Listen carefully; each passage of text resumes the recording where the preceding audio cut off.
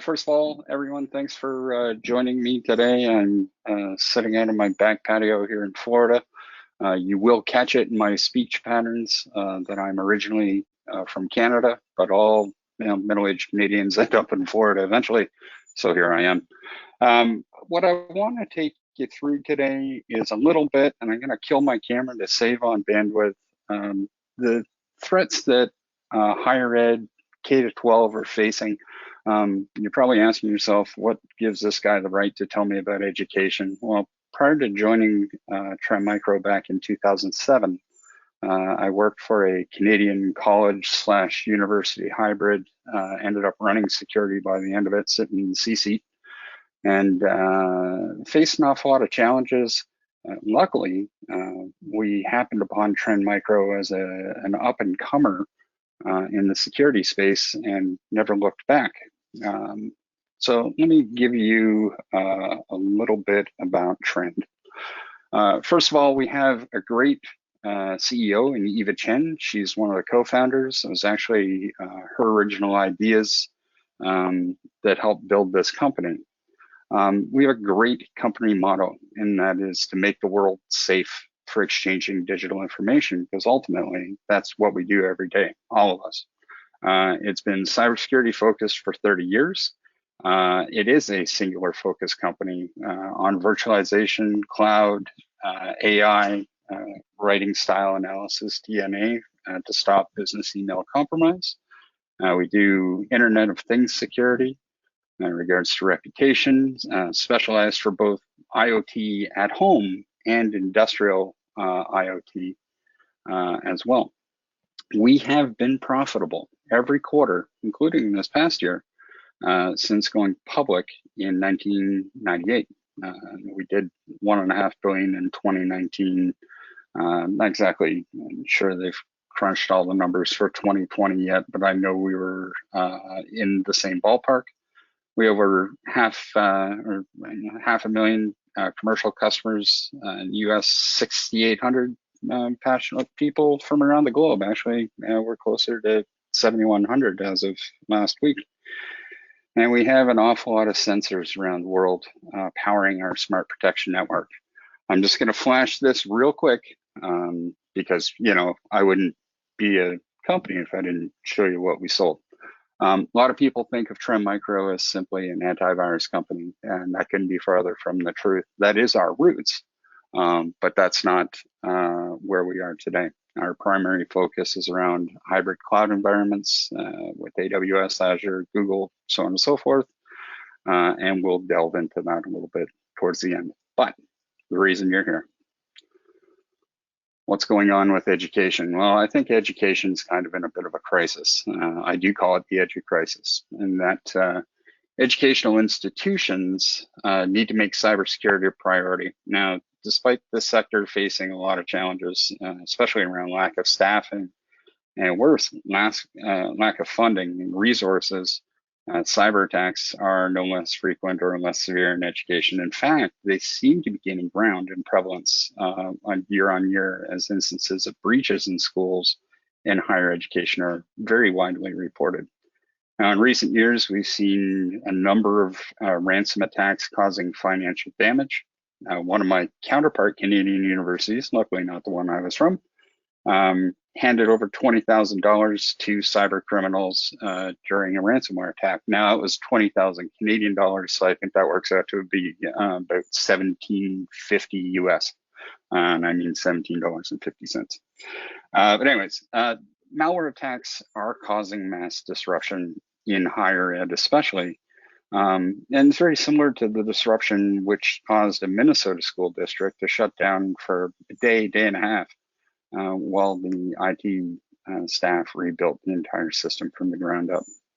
The more worrying breaches are where student safety is compromised, obviously, because that has the connotation of liability, right, and damages.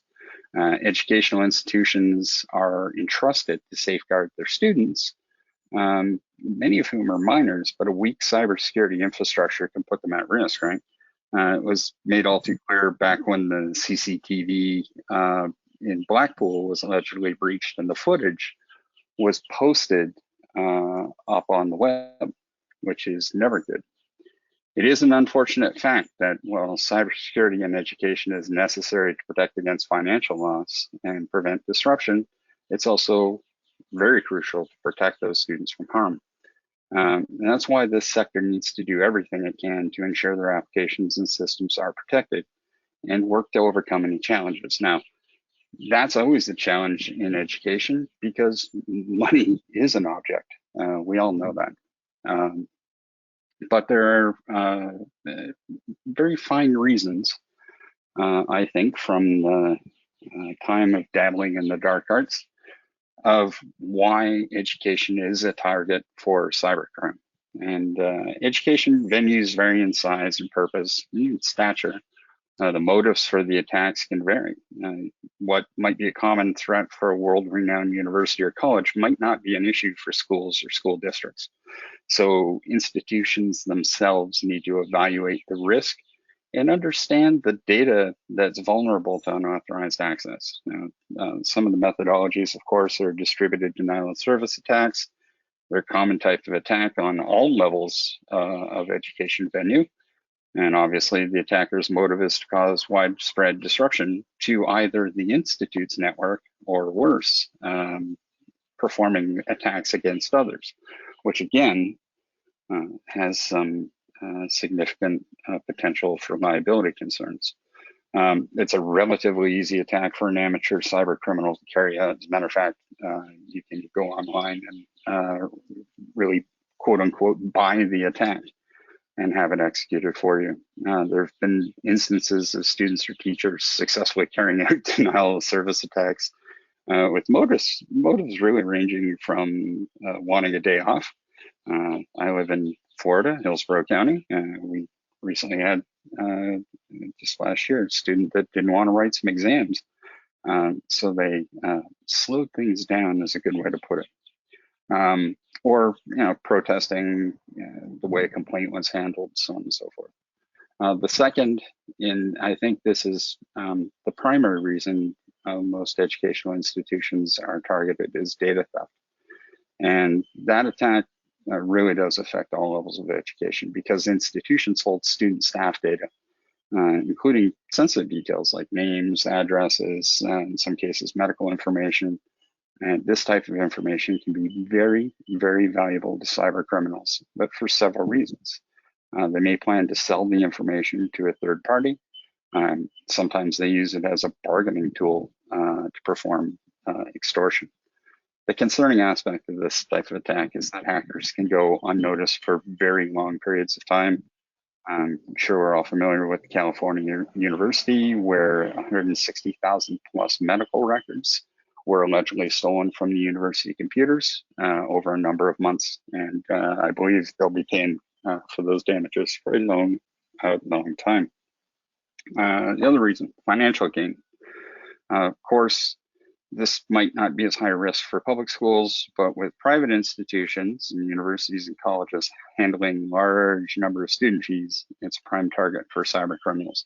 And especially with distance ed, where you're paying your fees through payment portals. The portals need to be very well secured. It's unusual for students or parents to pay fees. It's not unusual, pardon me, for students or parents to pay those fees over the portals, and they do transfer large sums of money, often a whole year of tuition, and that can be a very weak spot for cyber criminals to intercept traffic.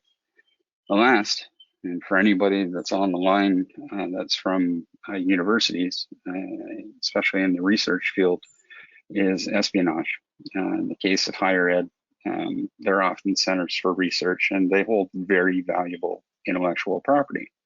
Universities and colleges need to be suitably protected, and it's thought that scientific, engineering, medical research by UK universities have been compromised by hackers. I've seen information from some UK universities available online for a surprisingly low fee. So you need to be suitably protected. And with these four motives in mind, the way in which hackers carry out an attack on education networks can further help us really understand how to protect them. Which brings us to our next point, and that is how education is targeted. Now, we questioned IT professionals within further education and higher education space. They were asked to name the top cyber threats facing their institutions, and the top 3 answers gave us insight into the most common ways education networks are breached. And surprisingly, they're not that much different than when I left that space back in 2006. And number 1 is phishing. Phishing scams often take the form of an email, instant message. They're designed to trick the user into trusting the source as fraudulent and attempt to access either the user's credentials or drop something inside the network. And that could be sensitive student data, confidential research, so on and so forth. The type of attack itself is highlighted as the top threat facing higher ed venues, suggesting that hackers regularly target the sector using this method. Now, I will point you to something that's free from Trend Micro called Phish Insight. That's P-H-I-S-H. And Phish Insight is a free service that you can utilize to really test your environment and also provide training, and it is free. So be sure to give that a whirl. Ransomware and malware are also in the top 3 cyber threats highlighted by the report. Ransomware and malware attacks prevent users from accessing the network or files. They cause disruption. They're more advanced forms we see in the wild that hold files to ransom, aka ransomware. It typically infects devices using a Trojan or a file attachment disguised to look legitimate, quite often tagged to phishing. This is part of this. It normally occurs to staff and students that don't have adequate training.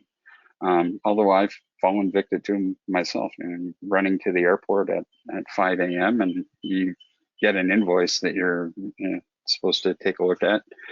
Oh damn, now you're putting in a call to the after hours security desk. So that is certainly a concern. And that ties into our 3rd point, and that is lack of awareness. The 3rd threat was listed by professionals in all aspects of education. And that is, I think on part because it's hard to train people to practice good cyber hygiene or accidentally compromise the network when it's a very dynamic environment such as education is. Now, despite taking on different appearances, human error plays a key part in each of these 3 education sector cybersecurity threats. With better overall security training and awareness, especially on the motives and the methods of the attackers, education venues could better protect themselves against cyber attacks. This sector is still facing challenges which hinders progress significantly. And I'll point you to some resources as well, free resources that Trend Micro has to help educate everything from, or everyone from kindergarten up. And check my time, I'm rolling. I'll be done in 2 minutes, I promise, Ron. Now, the lack of resources and budget is a significant challenge, right? It points to really to an error, I think, in judgment in a lot of the administration, in that there's significant damage potential that can occur. But it's an educational environment. There's very significant ways to overcome that and be very creative, and I'll point you to some of them. There is cultural issues. Obviously, bring your own device is a common culture in education. That presents difficulties that goes beyond almost comprehension, particularly with IT staff that's facing very stretched resources. And then, of course, an absence of policy. Setting up policies for using the network and making sure they're adhered to is difficult, if not impossible, in higher ed. It's unauthorized access, cyber threats are a concern. Repercussions can be severe for those that fall victim. Unfortunately, the perpetrators quite often aren't held to the same standards. There are some critical steps you need to take to lay the foundations for a secure IT network, and they're actually quite simple. One is training, and provide a basic training for all users of your network, and rely on your vendors to help provide that. It can be something as simple as sharing a handbook with staff and students, including information about what to look for, tips for practicing good cybersecurity hygiene, really giving people the necessary information to protect the network at all access points. And that will reduce the number of incidents caused by human error, which subsequently lowers the spend on remediation and fixing the damage, really. A very cost-effective solution in the middle there is authentication. And it's a MFA, multi-factor authentication, is free in some cases, very minor cost in others. But including that extra security step for users who are logging onto the network will really help prevent unauthorized access. A really easy to use platform should be high on your list to look for an MFA provider. And something to keep in mind, if users can use a platform self-sufficiently, there's less likely to be a need for administrative support, so the educational facilities can save on overheads without compromising network security. And lastly, but definitely not least, is trusted vendors. And I point you to internetsafety.trendmicro.com. These are just some of the cost-effective ways to protect your school, university, college from any form of unauthorized access. With the increasing frequency of, and really potential security severity of these cyber attacks and how they directly impact the education sector itself, it is crucial that yourselves as IT professionals can work to find a solution to challenges like lack of funding. And of course, I've got the lovely layout slide. I'm going to breeze over this real quick and give you a quick little rundown of the resources. These are the Trend Micro resources that I think are absolutely critical. Internetsafety.trendmicro.com, of course, is everything in regards to our Trend Cares program. But we also have corporate social responsibility and education for schools. We have an educational initiative, second URL down there, that is tied directly to institutes of higher learning. And of course, our research link that has significant resources in regards to what's happening in the world today.